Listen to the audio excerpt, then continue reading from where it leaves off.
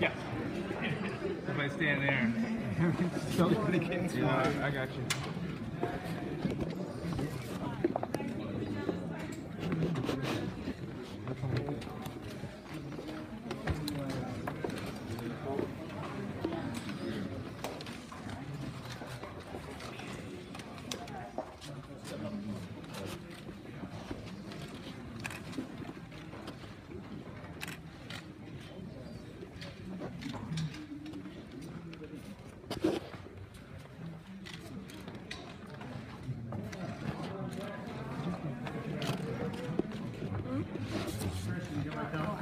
Almost there. Okay. I'm curious about you're all set. And if you need, Yeah, I'll jump up behind you. It's totally fine.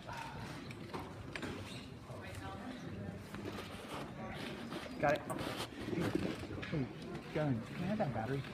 Oh, yeah. Sorry, good.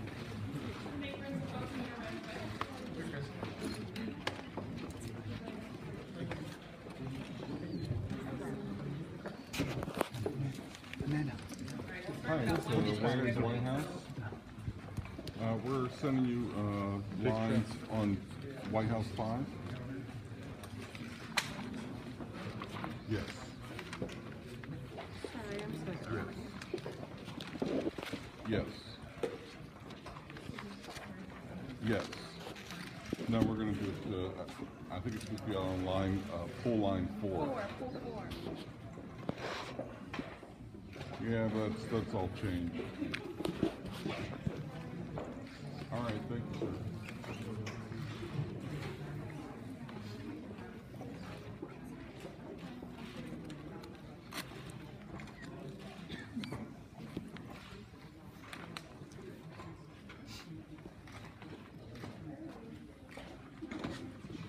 Yeah, you should have audio. Yeah. 1, 2, 3, 4, 5. Everyone ready? She's getting ready to All right, do it so right just now. give you a quick rundown of what we've got for you today. This is a press preview for the Japan State Dinner. We have 6 speakers who will come out and give you information on the specifics of the dinner. When they're speaking here, they are on the record. When we're done with the speaking program, we will move them along the back wall for question and answer. Question and answer will be on background. You should have 3 materials with you. If you don't, let us know. One is the list of the speakers, their names and titles, and how to spell them. The second is a packet that goes over specific details of the dinner. And the third is a background sheet on the Obama Free China Service, which is right here. And once we've got the speakers done speaking, we will let down the rope and stanchions so that you all can take close-up photos and B-roll of the setup here. Obviously, if you are in the hall, there's a lot of you here today. We want to make sure everyone gets photos. We don't want enough to be over. And with that, I will turn it over to our first speaker, our Social Secretary, Mr. Jeremy Bernard. Thank you. Welcome to the White House. Tomorrow, the President and Mrs. Obama will welcome Prime Minister and Mrs. Abe of Japan, which will mark the 8th official visit, followed by a formal state dinner of the Obama administration. The dinner will take place in the East Room and will be followed by musical performance here in the dining room.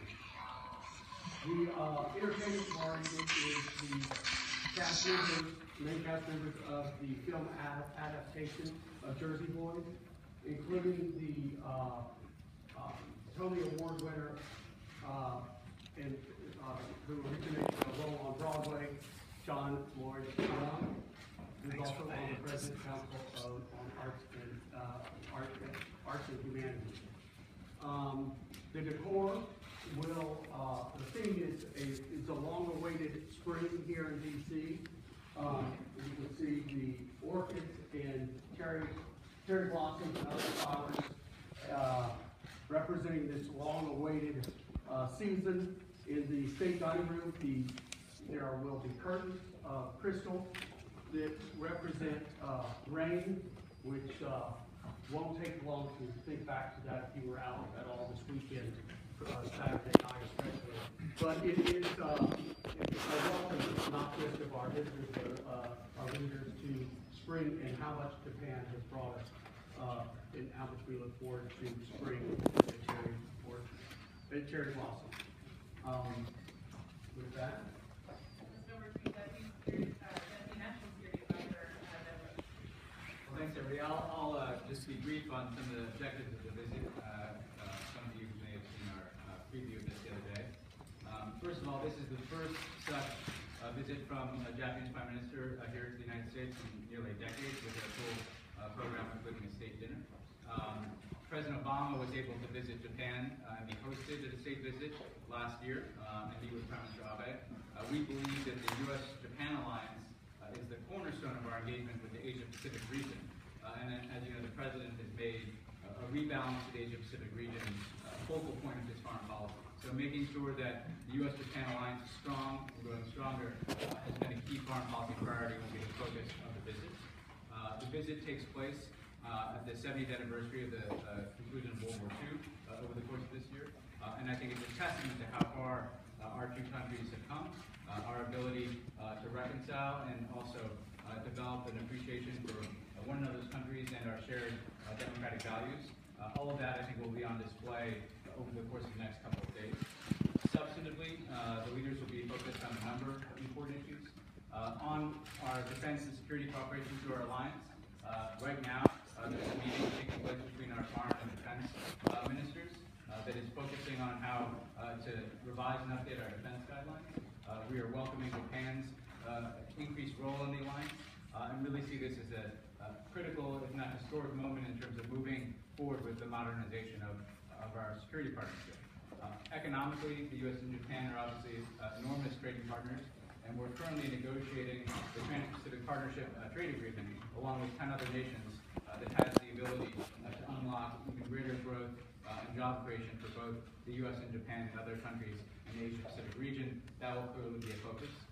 But also, I think we'll want to be looking across our whole relationship, how we cooperate in the Asia-Pacific region, what are the people ties between our countries, and importantly, the First Lady was able to visit Japan recently, had a very good visit with Mrs. Abe, where they discussed, among other things, our shared commitment to the education of women and girls, and the things that the U.S. and Japan can do together, their own national commitments, but also in support of international girls' education. Our Peace Corps in the United States is cooperating with their Japanese counterpart in finding ways to foster girls' education. So this is something the First Lady will continue to work on with Mrs. Abe. So it's going to be a good and substantive and important visit from the Prime Minister, but of course there are many other important elements that we'll be hearing from now that I think will resonate with the Japanese American publics and are really a testimony to how much we value this friendship and partnership. Now we have White House Executive Chef Chris Conklin. Good morning, ladies and gentlemen. Our Social Secretary, Jeremy Bernard, spoke about awaiting spring. So the culinary side of our state dinner, we're actually celebrating spring. So for the first course, we are doing a very classic American Caesar salad with a Japanese twist, literally. This particular Caesar salad is bound with a misuriki cord, which is a Japanese traditional way of wrapping gifts. So between Chef Morimoto and his team, the White House culinary team thought this would be a good nuance and a good combination of both cuisines. So if you want to take a look, this is an absolutely gorgeous plate. The wondrous thing about this plate is that we actually went to the garden at 8 o'clock this morning, grabbing all of the lettuces, the roots that were out there. So we used about 2 beds of the lettuces that were planted by school children from around the country. I saw a couple weeks ago with the First Lady. For the main course, we are highlighting Wagyu beef, and we're accenting this as well with some local vegetables and some of our kind of not so local vegetables, because we want to highlight things from California as well. And then for like some of our canapes, we are also highlighting Kumamoto oysters, and some of the cheeses from Vermont. So there's a lot of wondrous things that we want to celebrate, which is spring.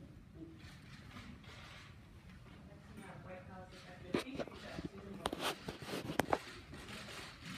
Good morning, everyone. I wanted to present to you today, we have a silken custard cake, and it is on the new President Mrs. Obama dessert plate. It is a healthier version of the silken tofu soy milk cheesecake, more American style, with seasonal berries. And we also have little petite pillows that are in the little spoon here. With the petit four platter here, I have a sip of tea, which is a handcrafted sugar-blown teapot, and surrounded with little cherry blossom, double bloom pink blossoms to celebrate cherry blossoms and the arrival of spring. The petit fours on the tray are sencha teapots. We have also strawberry matcha tea squares, and then also sweet tea cups and tea and lemon tea. So thank you very much. Have a great day. Next we have White House event usher and James. Doesn't seem fair, I get to come up here after the chefs there are two beautiful gifts for you. Our beverage service this evening is traditional American wines, as has been the custom at the White House for a period of time now. But we have an unusual, very personal accent. When the President was in Japan, Prime Minister Abe toasted him with a sake. In conversations that followed, references to me that in the Prime Minister's prefecture, Yamaguchi, there are excellent sake breweries there. The President thought, as a very personal gift, we would bring sake in from one of the finest sake breweries in that home area, and we serve that as the toast for this evening. And that is a very, very personal, individualized touch. The sake is called the Sai 23. The name comes from the fact that in the sake brewing, you take the rice and you refine the hull of the rice down to the center to bring out the starches, which are the fermentable parts. An excellent sake would be 40%. This is down to 23%, basically 67% of the rice is hauled off to give you this pure essence, and it's an absolutely gorgeous sake. We'll be serving that as the toast this evening.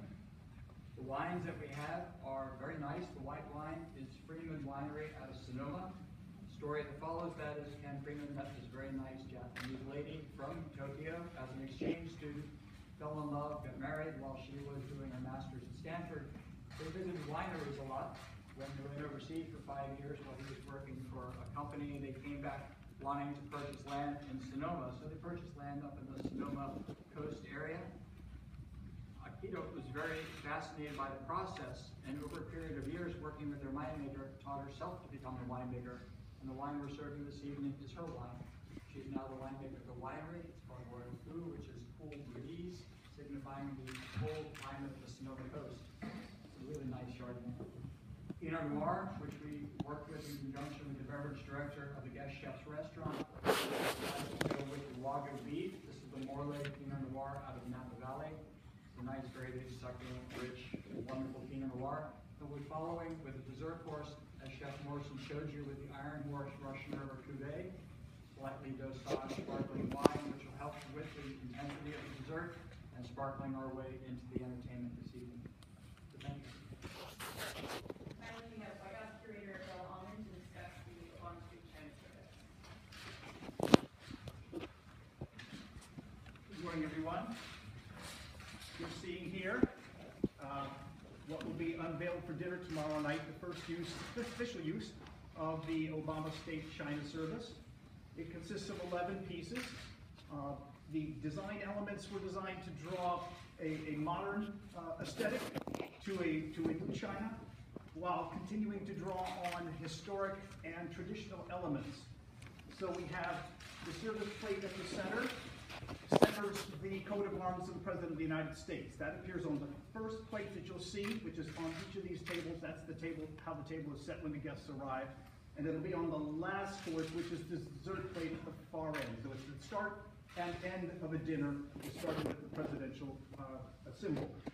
In between, there's the new color was created for this particular service. It's been dubbed Kailua Blue in honor of the waters off the president's home in Hawaii. It's a modern and fresh color not previously seen on state chinas, but Mrs. Obama's main goal was to create a modern service that is completely compatible and interchangeable and usable with all of the historic china services. So that appears on most of the pieces. The one exception is the dinner plate here at the far right. This was an attempt to link the modern with the historic, and so this raised white on white decoration around the dinner plate is in fact based on this pattern, which is an 1806 French-made china service that was purchased by James and Dolly Madison before he became President of the United States. And so it's a remarkably modern pattern for 200 and some years ago, but it's been turned into this relief element, which is also seen on the little individual tureen, which is a form that's never before been in a White House china service. Was specially designed with all sorts of consultation between the First Lady's staff and the resident staff on what makes for good food service and interesting entertaining. And so this would be a small tureen that could be used both for soup and for desserts and for any other dish that the chefs get creative and decide they would like to serve with a little panache and an individual serving size. So thanks very much.